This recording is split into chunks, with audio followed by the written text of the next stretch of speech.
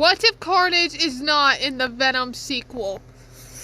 Listen, I realized that the sequel could have been much better without Carnage.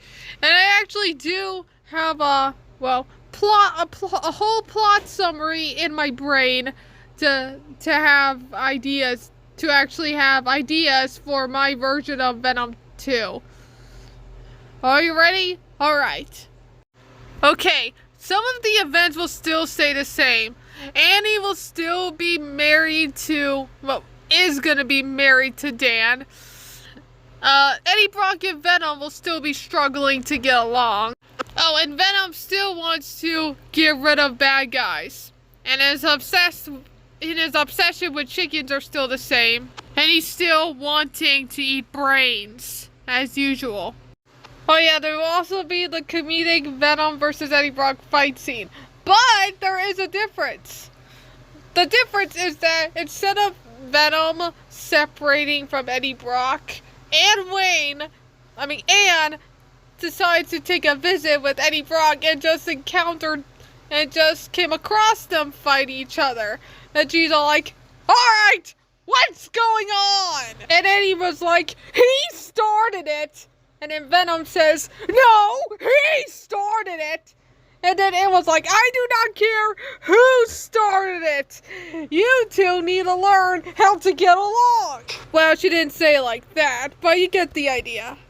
Alright, in case you're wondering why Anne is visiting Eddie, is because after they met up in the restaurant and she announced that she's engaged to Dan, Anne kind of got worried because she hurt Eddie, so she decided to check up on him. Anyway, I guess I'll just tell you the real plot of the story, because I'm pretty sure that's what you guys are here for. Anyway, I can't tell you the whole story. I'm just gonna tell you the plots. The plots in the story. You know, I'll just tell you what's in there and what my ideas are. And then maybe someone out there on YouTube, Channel Awesome, will possibly watch this video. Which I doubt, but hey, I can dream. Anyway, our main antagonist is Tyler Orwell from the Venom Lethal Protector comic books. If in case you don't know who he is, he's basically a crime boss who used to be who used to work for the United States Army. But then he became a crime boss. He basically made like giant robots that are designed to destroy Venom. That's basically a piece of the plot.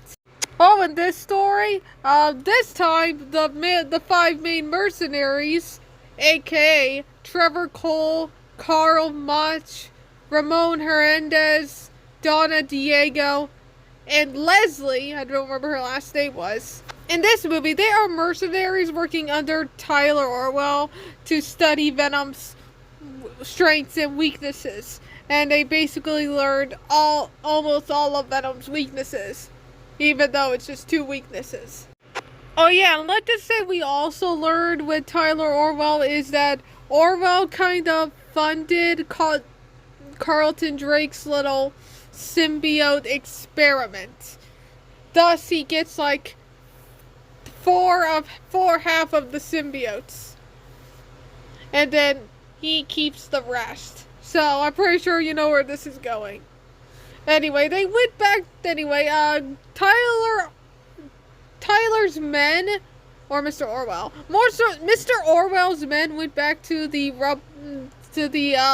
rundown Life Foundation to find something, but they did find something. But that's gonna be a twist for me to tell you later. Anyway, so yeah, like in the Lethal Protector comic books, I think I remember there's like a whole bunch of people who are homeless, who are trying to survive, and there's like a whole underground full of people who are also homeless, but they all decide to make a society together. So yeah. Like in the comic book, Venom does discover a whole underground full of people who are homeless. This will also go with the arc of Venom and Eddie Brock learning to getting along and work together by helping and protecting the people who live underground.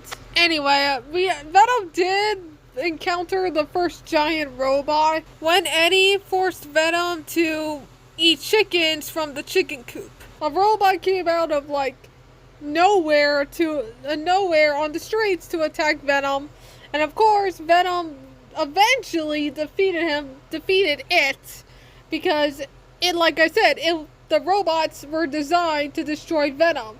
The more robots Venom fought, the harder it became to defeat the robots. Anyway, the other time he did fight the robot, well, the second time, is that, let's just say the robot located Venom where he always visited, the underground.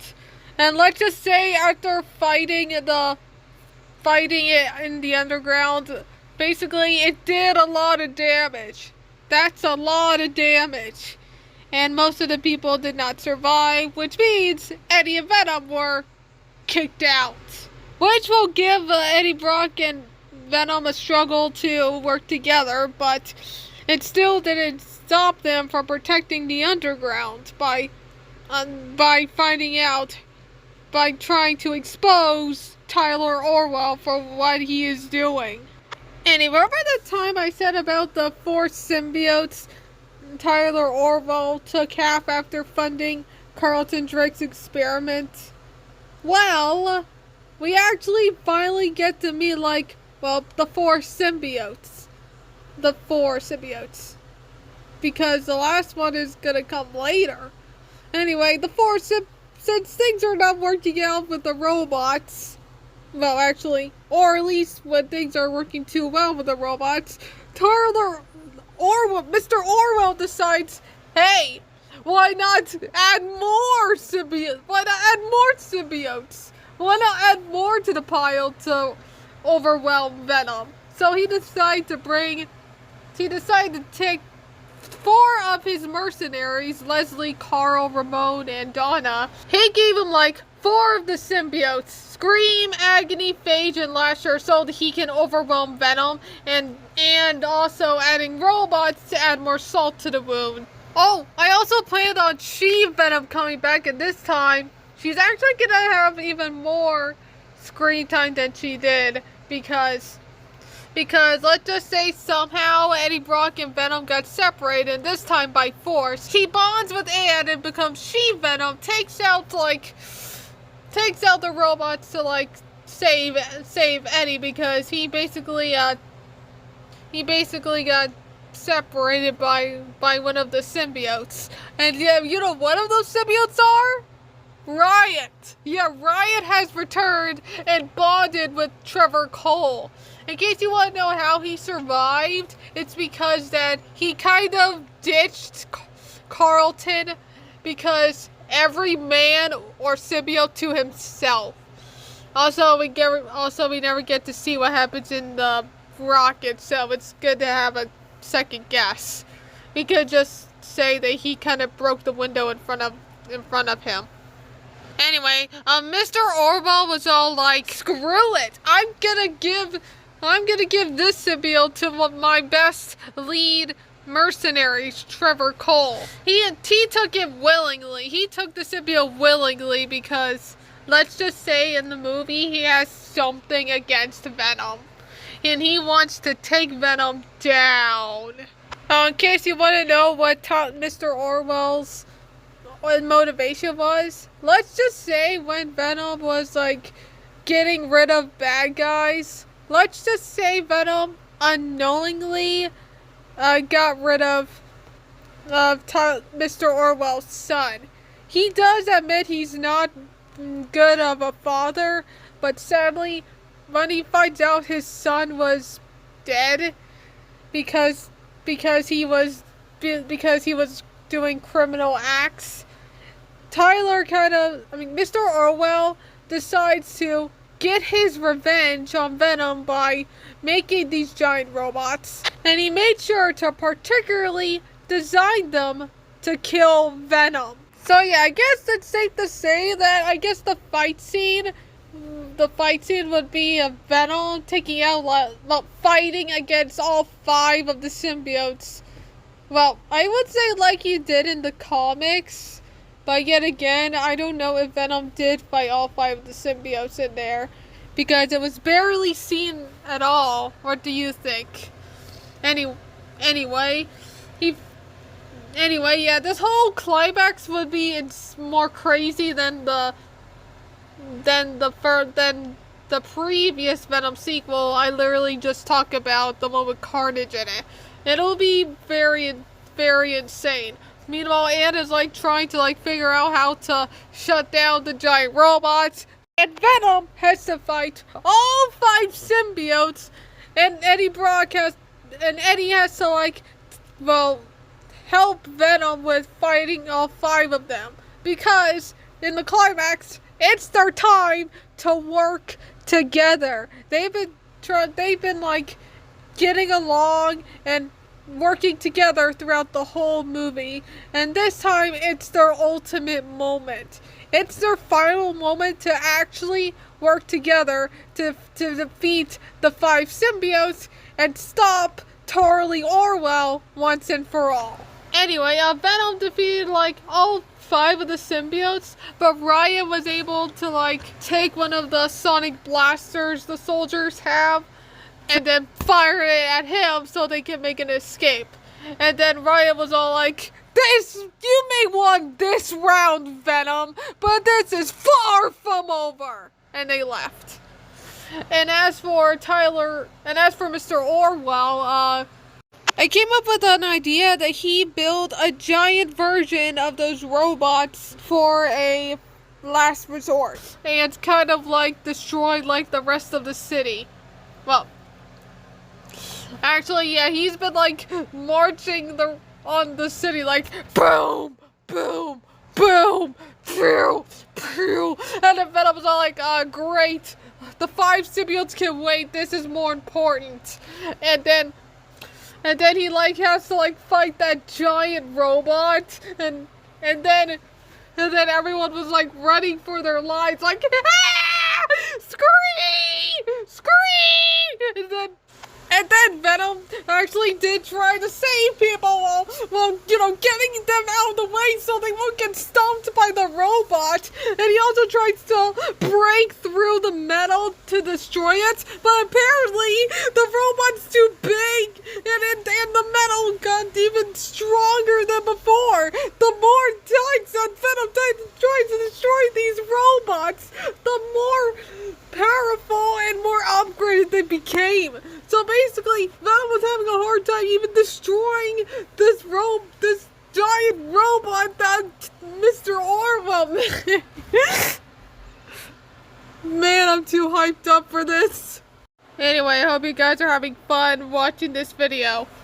Okay, Venom was trying to destroy the robot from the outside, because the more times that Venom tried to defeat these robots and save the people of San Francisco, the more Mr. Orwell decides to upgrade them to make them even harder for Venom to defeat, making them bigger and stronger, filling them up with Venom's weaknesses and all that. These robots are basically made to destroy Venom, like I said plenty of times before. Anyway, after being beaten constantly by by Orwell's giant robot where he's driving, by the way, I guess you already know that.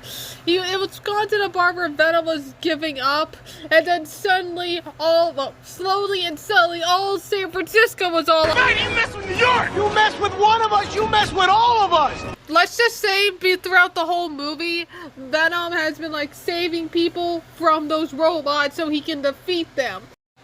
Meanwhile, Anne, after saving Venom, way after saving Venom before the climax, by the way, she actually did look through the blueprints of the giant robot, and then suddenly found a destruction code, a self-destruct code, just in case the thing kind of malfunctioned. And she was all like, I'm gonna put this I'm just gonna put this code on the computer and then send it to that robot. He called Eddie, and then he was all like, Eddie! Well, Eddie and Venom. He was like, I just found a way to self-destruct the robot. You have to get Mr. Orwell out. I mean, or prepare yourself. And Venom's all like, sick, I can break him out. Sick, I don't have to break through on the inside. Anyway, he decides to break through the glass even though it's bulletproof, but he doesn't stop trying. And then after grabbing Tyler Orwell, the whole giant robot exploded. And then after that, Mr. Orwell was now weakened from the concussion from that explosion. And then Venom finally finishes Mr. Orwell off with his finishing line. Fuck this guy! A line of legend. Anyway, that's my idea for my version of the Venom sequel. I hope you guys will like it. I hope someday it'll become a fanscription. But until then, I'll see you in my next commentary.